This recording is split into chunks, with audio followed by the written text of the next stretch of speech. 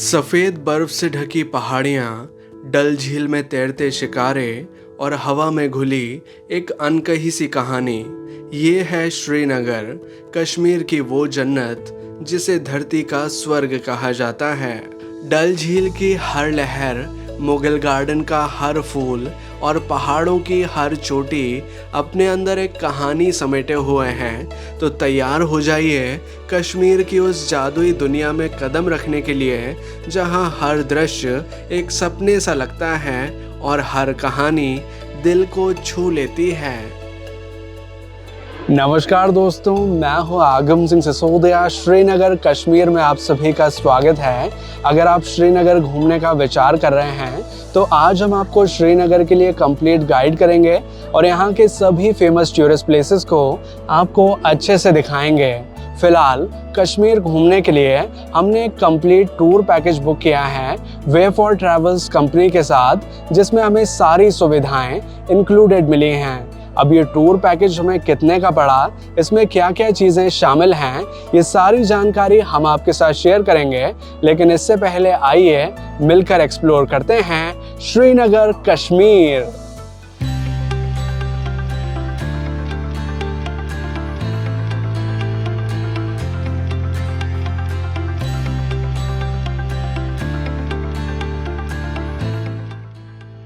अब श्रीनगर की सबसे फेमस और सबसे खूबसूरत झील को एक्सप्लोर करने हम आ चुके हैं, जिसका नाम है डल लेक।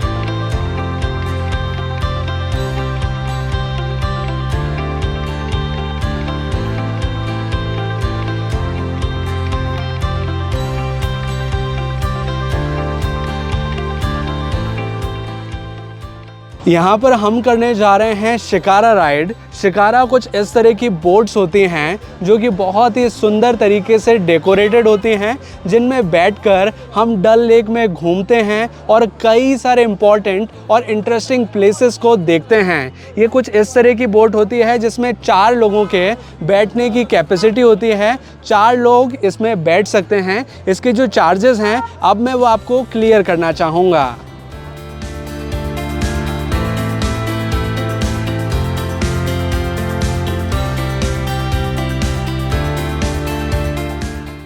डल झील में आपको कई सारी फ्लोटिंग शॉप्स भी नज़र आएंगी। जैसे कि अभी आप हमारे साथ देखेंगे तो एक बोट्समैन आए हैं, इनकी एक शॉप है जो कि डल झील में ये एक तरह से फ्लोटिंग शॉप लगाते हैं। इस पर ये बेचते हैं कहवा, जो कि कश्मीरी एक ट्रेडिशनल ड्रिंक है जो कि कई सारे हर्ब से मिला करके बनाई जाती है।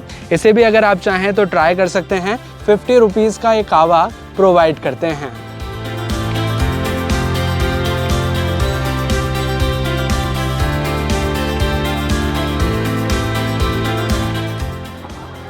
अब डल झील में हमारी शिकारा राइड की शुरुआत हो चुकी है। ये वही फेमस झील है जिसमें कई सारी बॉलीवुड फिल्म्स की शूटिंग हुई है। डल झील लगभग 18 से 22 स्क्वायर किलोमीटर के एरिया में फैली हुई है और एक काफ़ी बड़ी झील है जिसके बीच में फ्लोटिंग मार्केट्स हैं, गांव हैं इस झील के बीच में, और कई सारी यहाँ पर आप देखेंगे तो हाउस बोट्स आपको नज़र आएंगे।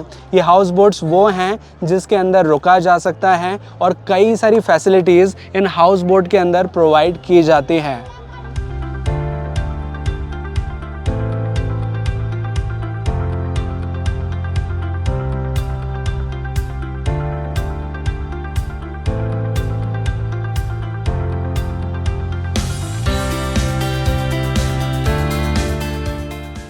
डल लेक की खूबसूरती बहुत ही ख़ास है क्योंकि डल लेक घिरी हुई है पहाड़ों से, और वो भी स्नो कैप्ड माउंटेन्स, जिससे कि इसकी खूबसूरती और भी ज़्यादा बढ़ जाती है। इसी वजह से कई सारी बॉलीवुड मूवीज़ की शूटिंग डल लेक में हुई है, जो कि हैं कश्मीर की कली, जब तक है जान, मिशन कश्मीर, हैदर, फितूर, नोटबुक, जब जब फूल खिले। ऐसी कई सारी बॉलीवुड फिल्म्स यहाँ पर शूट की गई हैं।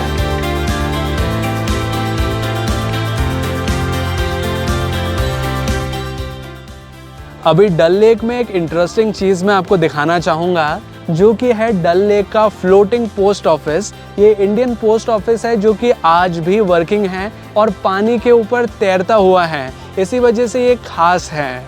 डल लेक में अभी जिस स्थान पर हम चल रहे हैं इसे गोल्डन लेक के नाम से जाना जाता है तो ये डल लेक का ही हिस्सा, लेकिन इस वाले पोर्शन को गोल्डन लेक इसलिए बोलते हैं क्योंकि जब सूरज की किरणें यहाँ पर पड़ती है तो ये लेक गोल्डन कलर का नज़र आता है। और इस गोल्डन लेक में ही आप देखेंगे तो एक फ्लोटिंग सा आइलैंड आपको नज़र आएगा जिसे नेहरू पार्क के नाम से जाना जाता है। ये एक तरह का गार्डन है लेकिन एक आइलैंड है डल लेक के बीच में। इसके अंदर भी जाया जा सकता है, एक रेस्टोरेंट है यहाँ पर अगर आप चाहें तो कुछ चीज़ें ट्राई भी कर सकते हैं। अभी आप एक हाउस बोट देख रहे होंगे जिसके ऊपर लिखा है चीयरफुल चार्ली। ये वो स्थान है जहाँ पर मिशन कश्मीर फिल्म की शूटिंग हुई थी।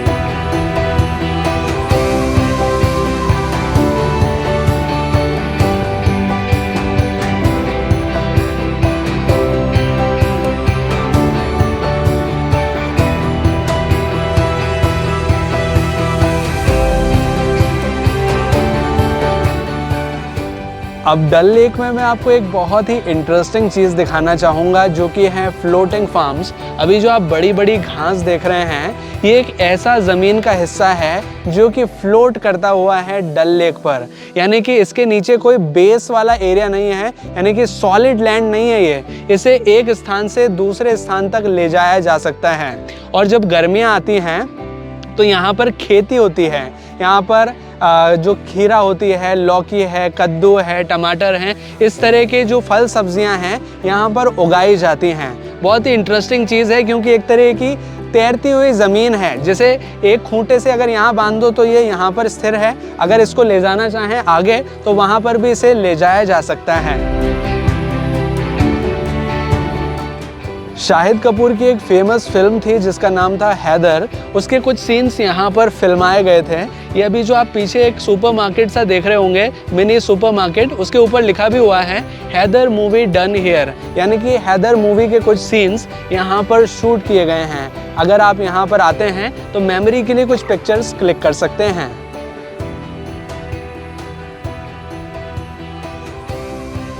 अब डल लेक के एक इंटरेस्टिंग मार्केट को हम देखने आ चुके हैं जिसे मीना बाज़ार, फ्लोटिंग मार्केट या फिर ओल्ड सिटी मार्केट के नाम से जाना जाता है।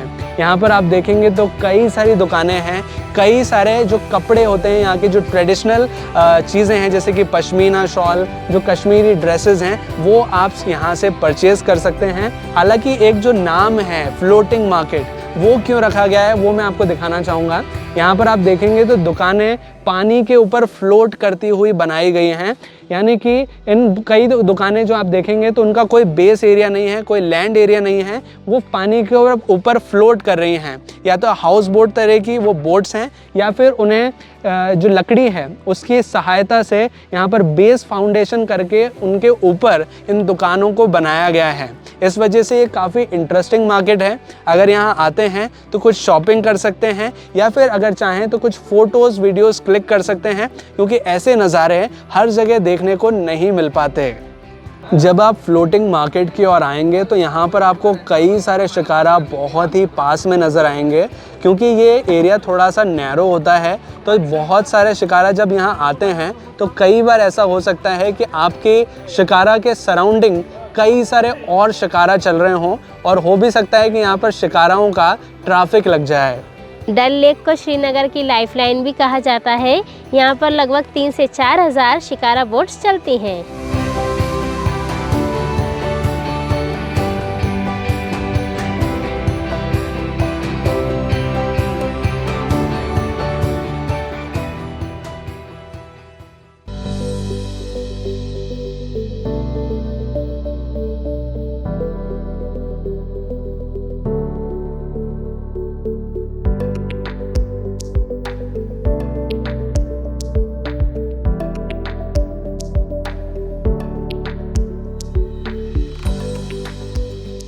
अब हम पहुंच चुके हैं अपनी हाउस बोट में।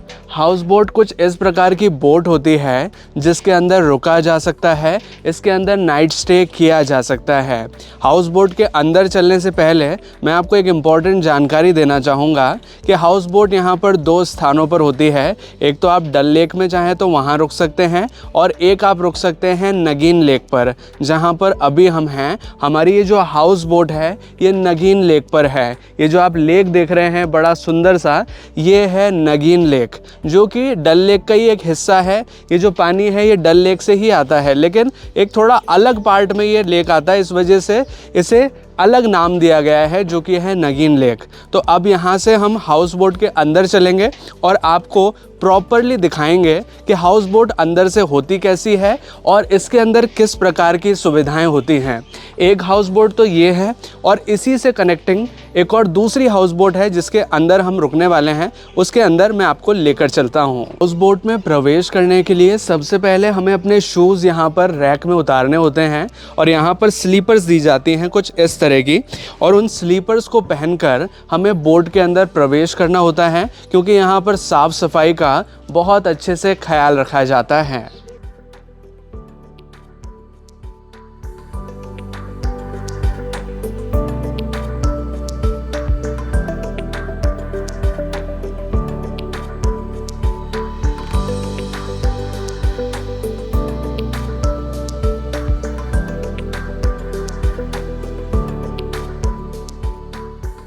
अब हाउस बोट में हमने प्रवेश कर लिया है। इसमें अलग अलग सेक्शंस बने हुए हैं जिसे मैं आपको दिखाना चाहूँगा। अभी जिस एरिया में मैं खड़ा हूँ ये है इस हाउस बोट का डाइनिंग एरिया, जहाँ पर डिनर और ब्रेकफास्ट आप एंजॉय कर सकते हैं।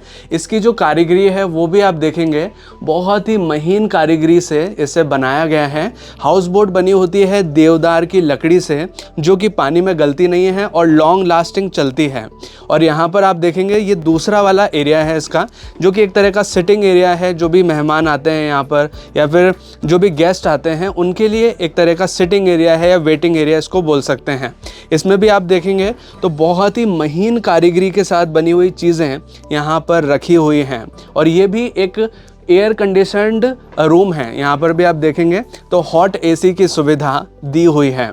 और सबसे ख़ास बात इस हाउस बोट की ये बालकनी एरिया है, जहाँ से आप देखेंगे तो जो नगीन लेक का नज़ारा है वो बहुत ही अच्छा नज़र आता है। यहाँ पर भी सिटिंग एरियाज़ दिए हुए हैं। अगर आप यहाँ पर सुकून से टाइम स्पेंड करना चाहते हैं तो यहाँ बैठ सकते हैं और बहुत ही खूबसूरत नज़ारे को एंजॉय कर सकते हैं। यहाँ पर आप देखेंगे तो कुछ शिकाराज भी हैं जो कि बाहर की ओर खड़े हुए हैं। शिकारा 2 तरह की होती है, एक तो पैडल वाली होती है जो मतलब चप्पू से चलाते हैं, और दूसरा यहाँ पर मोटर वाली शिकारा भी अवेलेबल होती है।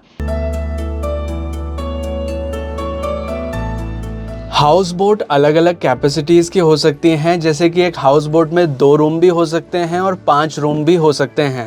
जिस हाउस बोट में हम रुक रहे हैं इसमें 3 रूम्स हैं। एक रूम तो ये है जो कि अभी जस्ट चेकआउट ही हुआ है, जो कि मैं आपको दिखाना चाहूँगा। कुछ इस प्रकार का रूम होता है, इसमें अटैच लेट बाथ भी होता है। और जिस रूम में हम रुकने वाले हैं उसका टूर आपको कराना चाहूँगा। ये है हमारा हाउस बोट रूम, जिसे आप देख पाएंगे ये काफ़ी अच्छा है, काफ़ी लग्जीरियस है और काफ़ी स्पेशियस रूम है। कुछ इस प्रकार का रूम होता है हाउस बोट में। इसमें हॉट एसी की सुविधा दी जाती है और बालकनी की सुविधा भी होती है। और सबसे बड़ी ख़ास बात कि हाउस बोट के रूम में एक अटैच वॉशरूम की फैसिलिटी दी जाती है, जिसमें कि एक बाथ टब की सुविधा भी अवेलेबल रहती है। और यहाँ पर साफ़ सफाई का बहुत अच्छे से ख्याल रखा जाता है।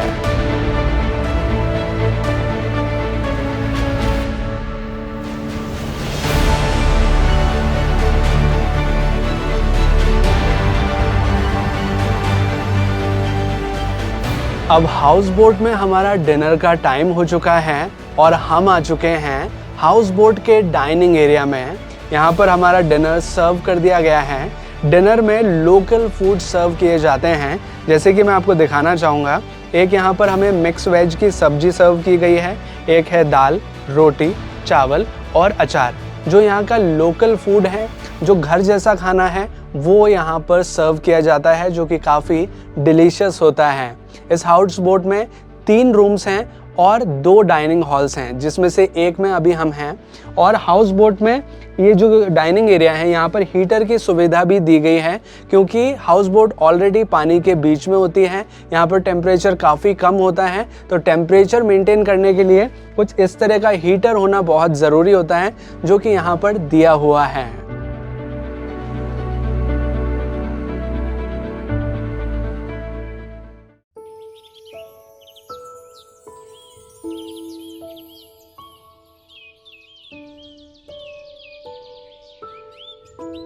हाउस बोट में अब सवेरा हो चुका है और हम आ चुके हैं हाउस बोट के डाइनिंग एरिया में, जहां पर हमारा ब्रेकफास्ट सर्व कर दिया गया है।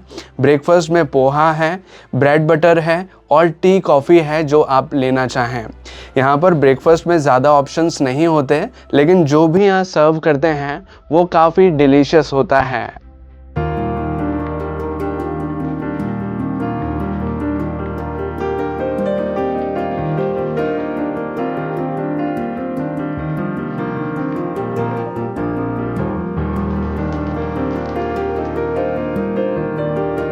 अब आ चुका है श्रीनगर का दूसरा सबसे बड़ा मुगल गार्डन, जिसका नाम है मुगल गार्डन निशात, जिसे निशात बाग के नाम से जाना जाता है। इस मुगल गार्डन को देखने का टिकट शुल्क लगता है 30 रुपीज़ पर पर्सन का। और इसके डिस्टेंस के बारे में बात करें तो लाल चौक, जो कि श्रीनगर का सिटी सेंटर माना जाता है, वहाँ से इसका डिस्टेंस है लगभग 11 किलोमीटर्स का। और अगर आप शालीमार बाग से निशात बाग को देखने के लिए आते हैं तो डिस्टेंस है लगभग 4 किलोमीटर्स का। तो अब हमने टिकट्स परचेज कर लिए हैं और चल रहे हैं निशात बाग को देखने के लिए।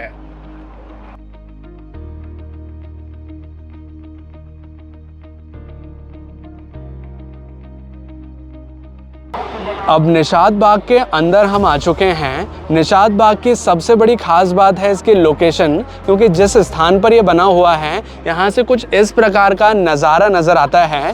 आप बाग के साथ में देखेंगे तो पीछे की ओर आपको नज़र आएंगे स्नो कैप्ड माउंटेन्स, जो कि बहुत ही खूबसूरत नज़र आते हैं। और साथ ही सबसे बड़ी खास बात, निशात बाग डल लेक के बिल्कुल सामने बना हुआ है, तो यहाँ से डल झील का नज़ारा भी बहुत खूबसूरत नज़र आता है। और ये लोकेशन बहुत ही अच्छी फोटोजेनिक लोकेशन बन जाती है। जब आप यहाँ आते हैं तो बहुत ही अच्छे पिक्चर्स क्लिक कर सकते हैं।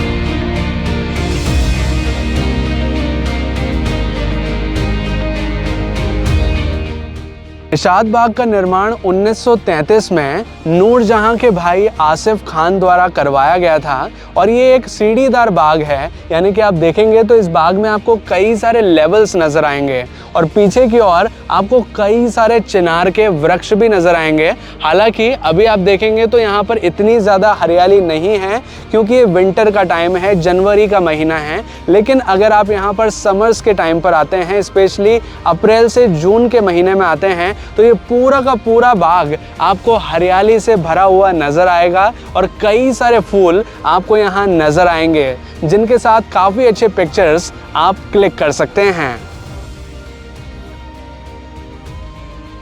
निशात बाग सुबह 9 बजे ओपन हो जाता है और शाम 6:30 बजे तक ओपन रहता है।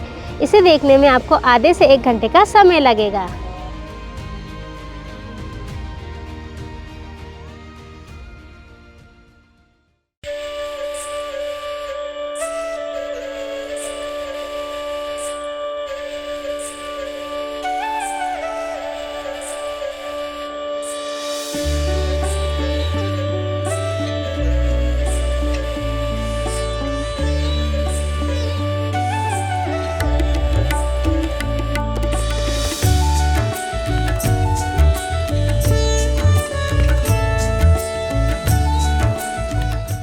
अब श्रीनगर के प्रसिद्ध श्री शंकराचार्य मंदिर में हम दर्शन के लिए चल रहे हैं, जिसका डिस्टेंस श्रीनगर सेंटर से लगभग 9.5 किलोमीटर्स का है।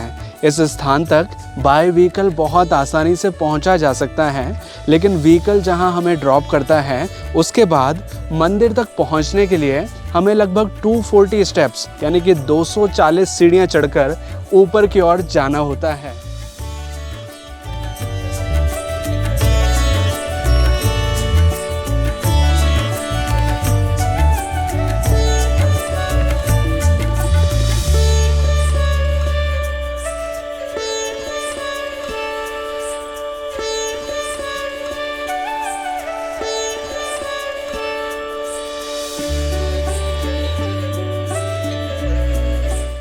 अब सीढ़ियाँ चढ़कर हम पहुँच चुके हैं श्री शंकराचार्य मंदिर के बिल्कुल पास में। सीढ़ियाँ चढ़ने में ज़्यादा समय नहीं लगता है, 10-15 मिनट में आप आराम से सीढ़ियों को चढ़ सकते हैं। ये मंदिर बहुत प्राचीन है, इसे 200 ईसा पूर्व माना जाता है, यानी कि ईसा मसीह से भी 200 साल पुराना ये मंदिर है। और ये मंदिर है भगवान भोलेनाथ का, भगवान शिव का मंदिर है, जहाँ पर बहुत ही बड़ा शिवलिंग विराजमान है भगवान शिव का, जिनके दर्शन के लिए हम यहाँ आते हैं।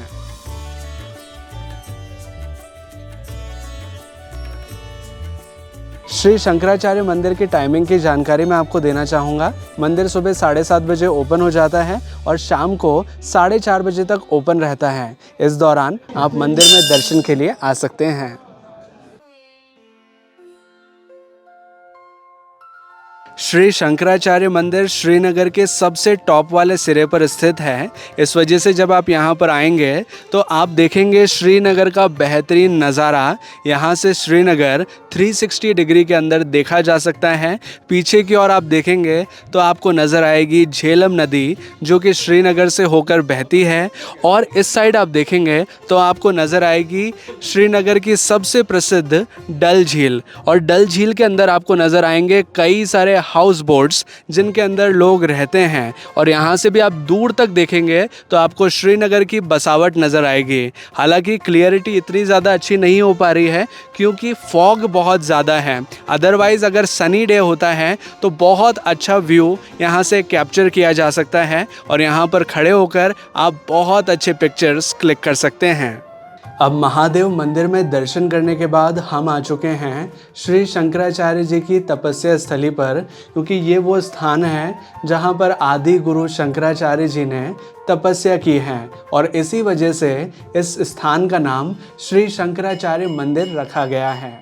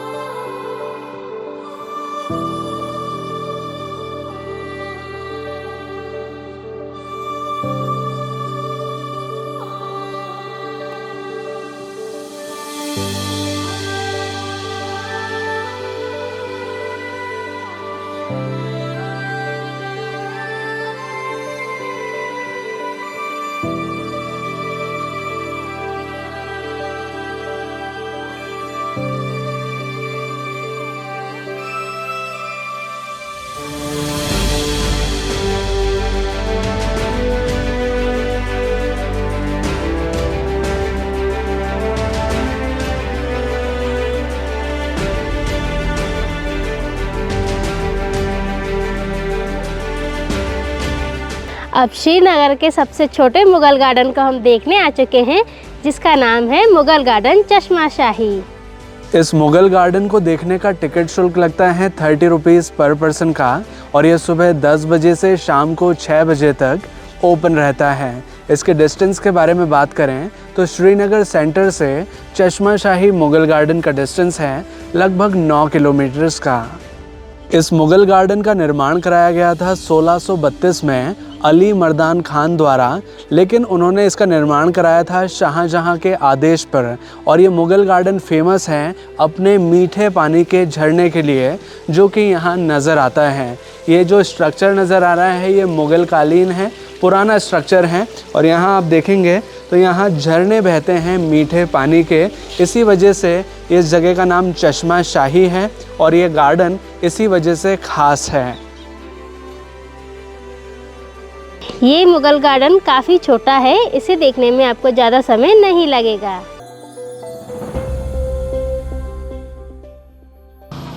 अब हम पहुंच चुके हैं श्रीनगर के सबसे फेमस और मुख्य स्थान पर, जिसका नाम है लाल चौक। इसे श्रीनगर का सिटी सेंटर भी कहा जाता है। यहाँ पर एक घंटा घर बना हुआ है जो कि बहुत ज़्यादा फेमस है। लाल चौक इतना ज़्यादा फेमस है कि इसे आपने कई बार टीवी चैनल्स पर, न्यूज़ चैनल्स पर देखा होगा। उसमें इसी घंटा घर को दिखाया जाता है और इसी एरिया को दिखाया जाता है। यहाँ पर अगर आप आते हैं तो कुछ अच्छे पिक्चर्स क्लिक कर सकते हैं अपनी मेमोरी के लिए। और सबसे बड़ी बात कि लाल चौक ही वो स्थान है जहाँ से श्रीनगर के सभी स्थानों का डिस्टेंस मेज़र किया जाता है, क्योंकि इसे सेंटर माना जाता है। यहाँ पर आप देखेंगे तो चारों ओर आपको कई सारे होटल्स नज़र आएंगे, कई सारी दुकानें नज़र आएंगी। अगर आपको ऑटो रिक्शा चाहिए, कैब लेनी है तो वो भी यहाँ पर मिलती है, क्योंकि ये सेंटर एरिया है। यहाँ से हर पॉइंट की कनेक्टिविटी ईजिली होती है। और यहाँ पीछे की ओर देखेंगे तो कई सारी जो बिल्डिंग्स नज़र आ रही हैं, ये सभी होटल्स हैं जहाँ पर रुका भी जा सकता है। अगर आपको शॉपिंग करनी है तो उसके लिए भी ये काफ़ी अच्छी जगह है।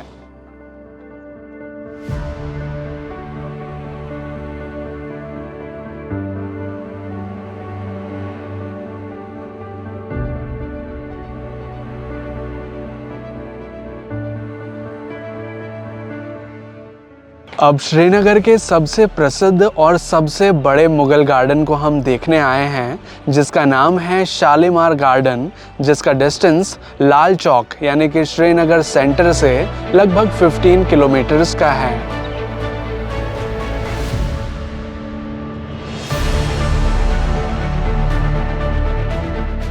शालीमार गार्डन को देखने का टिकट चार्ज लगता है 30 रुपीज़ पर पर्सन का। और इसको देखने की टाइमिंग की बात करें तो ये सुबह 10 बजे ओपन हो जाता है और शाम 6:30 बजे तक ओपन रहता है। शालीमार बाग का निर्माण कराया गया था 1619 में मुगल बादशाह जहांगीर द्वारा, और इसे एक्सपेंड करवाया गया शाहजहां द्वारा। शालीमार का अर्थ होता है प्रेम का निवास।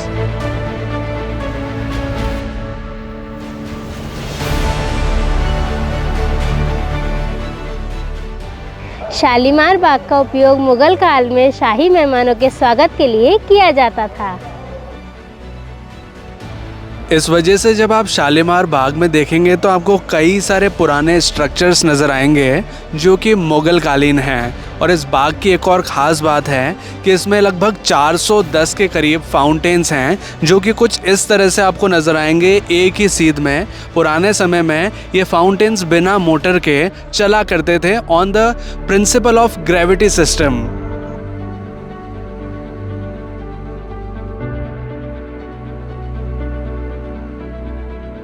शालीमार बाग को जिस महीने में हम घूमने आए हैं, ये महीना है जनवरी का। और इस दौरान आप देखेंगे तो यहाँ पर इतनी ज़्यादा ग्रीनरी नज़र नहीं आ रही है। ऐसा इस वजह से है क्योंकि ये बहुत ज़्यादा सर्दी वाला समय है, तो ग्रीनरी एक तरह से लैप्स हो चुकी है।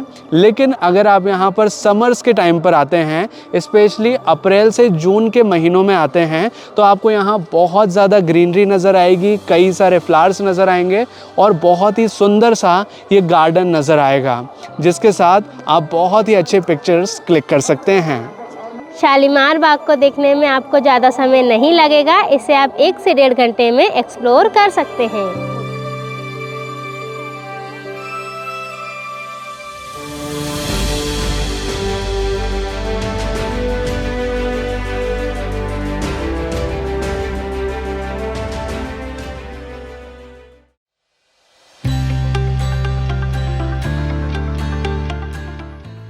अब श्रीनगर के फेमस ज़ीरो ब्रिज को हम देखने आए हैं, जिसका डिस्टेंस श्रीनगर सेंटर से लगभग 3 किलोमीटर्स का है। ये 160 मीटर लंबा पुल है, जिसकी चौड़ाई 9 मीटर्स की है। ये बहुत पुराना पुल है, जिसे बनाया गया था 1950 में देवदार की लकड़ी से। और ये ब्रिज जिस नदी के ऊपर बना हुआ है वो है झेलम रिवर, जो कि श्रीनगर से होकर बहती है। यहाँ से आप देखेंगे तो आपको झेलम रिवर का बहुत ही अच्छा नज़ारा नज़र आएगा। और नदी के किनारे आपको नज़र आएंगी कुछ हाउस बोट्स, जिनका नज़ारा भी बहुत सुंदर दिखाई देता है। ज़ीरो ब्रिज पर कई सारी बॉलीवुड फिल्म्स की शूटिंग हुई है। इस ब्रिज को आपने कई सारी फिल्मों में देखा होगा। अगर आप यहाँ पर आते हैं तो कुछ अच्छे पिक्चर्स क्लिक कर सकते हैं, ब्रिज के साथ भी अच्छे पिक्चर्स क्लिक किए जा सकते हैं, और साथ ही झेलम नदी का भी नज़ारा अच्छा नज़र आता है। तो यहाँ पर भी आप अच्छे पिक्चर्स क्लिक कर सकते हैं। यहाँ पर आने का कोई टिकट शुल्क नहीं लगता, आप यहाँ कभी भी आ सकते हैं। रात के समय अगर आप यहाँ आते हैं तो लाइटिंग का नज़ारा और भी ज़्यादा खूबसूरत लगता है।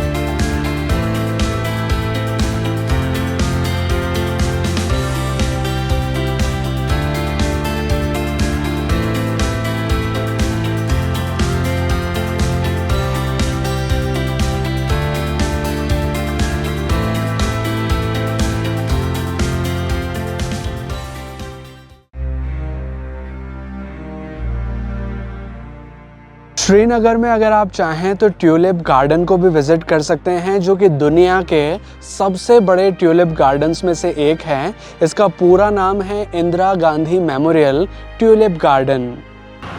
ट्यूलिप गार्डन को विज़िट करने का सबसे अच्छा समय रहता है सवेरे का, जिस दौरान यहाँ पर कम क्राउड होता है और नज़ारा बहुत ही सुंदर होता है। जिस दौरान यहाँ पर फ्लावरिंग सीज़न होता है उसे कहा जाता है ट्यूलिप फेस्टिवल, जिसे देखने के लिए यहाँ पर कई सारे लोग दूर दूर से आते हैं। तो अगर आप ट्यूलिप गार्डन को अच्छे से देखना चाहते हैं तो आप सवेरे सवेरे इस गार्डन में आ सकते हैं, जब आपको यहाँ थोड़ा कम क्राउड मिलेगा और नज़ारा बहुत ही सुंदर नज़र आएगा।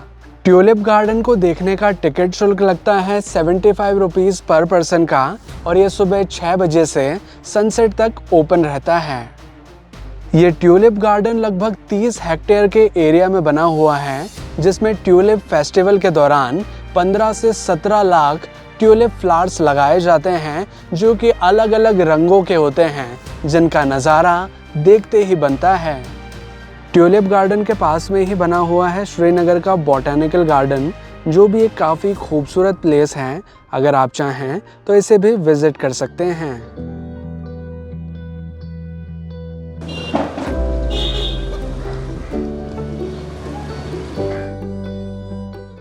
श्रीनगर में अगर आप चाहें तो हज़रत बल श्राइन के लिए भी आ सकते हैं, जो कि श्रीनगर की एक प्रसिद्ध दरगाह है। इसका डिस्टेंस श्रीनगर सेंटर से लगभग 10 किलोमीटर्स का है। हज़रत बल श्राइन में पैगंबर मोहम्मद साहब का एक बाल रखा हुआ है, इस वजह से स्थान प्रसिद्ध है और पवित्र माना जाता है। श्रीनगर पहुंचना बहुत आसान है। यहाँ आप बाय फ्लाइट, बाय ट्रेन या बाय रोड बहुत आसानी से पहुंच सकते हैं। अगर आप हमारी तरह श्रीनगर बाय फ्लाइट आना चाहते हैं तो ये है श्रीनगर एयरपोर्ट, जहां पर कई बड़े शहरों से रेगुलर फ्लाइट्स आती हैं। अगर आप दिल्ली से श्रीनगर की डायरेक्ट फ़्लाइट लेते हैं तो श्रीनगर पहुंचने में आपको लगभग 1.5 से 2 घंटे का समय लगेगा। और इस फ्लाइट के दौरान आप देख सकते हैं धरती के स्वर्ग को आसमान से, जिसमें कि आपको नज़र आएंगे बर्फ़ से ढके पहाड़, बादल और कश्मीर की वादियाँ। लेकिन अगर आप श्रीनगर बाय फ्लाइट नहीं आना चाहते हैं तो श्रीनगर आप बाय ट्रेन भी आ सकते हैं। श्रीनगर में रेलवे स्टेशन है, जहां तक बाय ट्रेन बहुत आसानी से पहुंचा जा सकता है। लेकिन श्रीनगर पहुंचने के लिए आपको सबसे पहले पहुंचना होता है जम्मू में। जम्मू में रेलवे स्टेशन है जिसका नाम है जम्मू तवी रेलवे स्टेशन। आप कहीं पर भी रहते हो, सबसे पहले आपको जम्मू में पहुंचना है, फिर जम्मू से आपको श्रीनगर के लिए ट्रेन चेंज करनी होती है। यहाँ पर कुछ लिमिटेड ट्रेन ही चलती हैं, जैसे कि वंदे भारत, जिसकी सहायता से आप श्रीनगर बहुत आसानी से पहुँच सकते हैं। और अगर आप श्रीनगर बाय रोड आना चाहते हैं तो बस या कैब की सहायता से पहुंच सकते हैं। हाईवे रूट काफ़ी अच्छा है, जो कि स्मूथ कनेक्टिविटी प्रोवाइड करता है। अब बात करें स्टे ऑप्शंस के बारे में तो श्रीनगर में जगह जगह पर कई सारे होटल्स बने हुए हैं जहां पर रुका जा सकता है। लेकिन 2 मेन लोकेशंस हैं जिनकी जानकारी मैं आपको देना चाहूँगा। पहली लोकेशन है ये वाली, जहां पर अभी हम खड़े हैं। इस लोकेशन का नाम है बुलवाड़ रोड, जहां पर आप देखेंगे तो कई सारे होटल्स लाइन से बने हुए हैं। यहाँ पर लो बजट, हाई बजट, हर तरह के होटल्स ईजिली अवेलेबल होते हैं। और दूसरी लोकेशन है लाल चौक, वहाँ पर भी कई सारे होटल्स बने हुए हैं। अगर आप चाहें तो वहाँ पर भी रुक सकते हैं। और एक और ऑप्शन है, अगर आप होटल की जगह हाउस बोट में रुकना चाहते हैं तो यहाँ हाउस बोट्स भी कई सारी हैं। 700 प्लस हाउस बोट्स हैं जिनके अंदर भी रुका जा सकता है। हाउस बोट्स होती हैं डल झील में और नगीन लेक में, जहाँ पर रुक सकते हैं। तो कई सारे ऑप्शंस हैं, आप अपने बजट के हिसाब से चूज़ कर सकते हैं कि आपको कहाँ पर रुकना है। श्रीनगर में जिस होटल में हम रुकने वाले हैं इसका नाम है होटल एरिसन, जो कि एक काफ़ी लग्जरियस होटल है। इस होटल के जिस रूम में हम रुकने वाले हैं उसका रूम टूर मैं आपको कराना चाहूँगा। ये है हमारा होटल रूम, जिसे आप देख पाएंगे। ये एक प्रीमियम लग्जरी रूम है जिसमें वो सारी सुविधाएं दी गई हैं जो कि हमारे स्टे को कंफर्टेबल बनाती हैं। ये रूम हमारे टूर पैकेज में शामिल है, लेकिन एक जनरल रेट की जानकारी आपके साथ शेयर करना चाहूँगा कि यहाँ अगर आप रुकते हैं तो 6000 रुपीज़ एक दिन का चार्ज लगता है, जिसमें कि 2 लोगों का ब्रेकफास्ट और डिनर इंक्लूडेड होता है। कश्मीर घूमने के लिए आप साल भर में कभी भी आ सकते हैं, लेकिन अगर आपको यहाँ बर्फ़ देखनी है तो दिसंबर से लेकर मार्च का महीना सही माना जाता है, और अगर आपको ग्रीनरी देखनी है और बहुत सारे फूल देखने हैं तो समर सीज़न यानी कि गर्मियों का सीज़न बेस्ट माना जाता है। तो चलिए अब मैं आपको जानकारी देता हूँ कि कश्मीर घूमने का हमारा ये टूर पैकेज हमें कितने का पड़ा और इसमें क्या क्या चीज़ें शामिल थीं। ये टूर पैकेज हमने बुक किया था वे फॉर ट्रैवल्स कंपनी के साथ, जिसका ड्यूरेशन था 5 नाइट्स 6 डेज़ का। इस टूर पैकेज में हमें लग्जरी होटल्स में स्टे की फैसिलिटी मिली थी, जहां पर हम रुके थे। हमारा ब्रेकफास्ट और डिनर इसी टूर पैकेज में शामिल था, और जो सभी साइट सीन्स हमने किए वो प्राइवेट कैब की सहायता से किए, जो भी हमारे टूर पैकेज में शामिल थी। ये टूर पैकेज हमें पड़ा था 51,000 रुपीज़ का, क्योंकि इस टूर के दौरान हम 2 व्यक्ति थे, तो हमारा पर पर्सन कॉस्ट आया 25,500 रुपीज़ का। लेकिन ये टूर पैकेज आपके लिए काफ़ी सस्ता पड़ सकता है कि अगर आप इस सेम टूर के लिए अगर कम से कम 4 व्यक्ति आते हैं तो आपका पर पर्सन कॉस्ट आएगा 22,900 रुपये पर पर्सन के हिसाब से, और अगर आप इस सेम टूर के लिए 6 व्यक्ति आते हैं तो आप का पर पर्सन कॉस्ट आएगा लगभग 21,000 रुपये का। कुल मिलाकर बात यह है कि जितने ज़्यादा लोग आप आएंगे उतना सस्ता आपके लिए पैकेज रहेगा।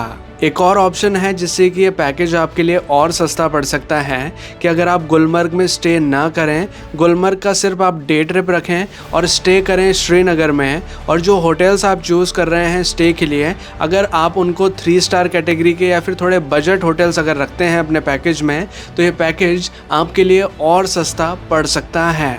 अब बात करें हमारे एक्सपीरियंस के बारे में, तो वे फॉर ट्रैवल्स कंपनी के साथ हमारा अनुभव काफ़ी अच्छा रहा। हमें बहुत अच्छी फैसिलिटी मिली, कंपनी ट्रस्टेड है। अगर आप चाहें तो हमारी तरह वे फॉर ट्रैवल्स कंपनी के साथ अपना कश्मीर टूर पैकेज बुक कर सकते हैं। कंपनी के कॉन्टैक्ट डिटेल्स हमने डिस्क्रिप्शन में दे दिए हैं, साथ ही पिंड कमेंट में पिन भी कर दिए हैं। वहां से आप कंपनी के साथ कॉन्टैक्ट कर सकते हैं और अपना टूर पैकेज बुक कर सकते हैं। तो ये है श्रीनगर कश्मीर, जिसे घूमकर हमें काफ़ी अच्छा लगा। आपको ये अनुभव कैसा लगा कमेंट करके ज़रूर बताइए। अगर आपको ये वीडियो अच्छा लगा है तो प्लीज़ वीडियो को लाइक कीजिए, इसे शेयर ज़रूर कीजिए अपने दोस्तों और अपने फैमिली मेम्बर्स के साथ। और अगर आपने चैनल अभी तक सब्सक्राइब नहीं किया है तो प्लीज़ चैनल को सब्सक्राइब कीजिए, बेल आइकन को दबाकर ऑल पर प्रेस कीजिए, ताकि इसी तरह के वीडियो नोटिफिकेशंस आपको आगे भी मिलते रहें।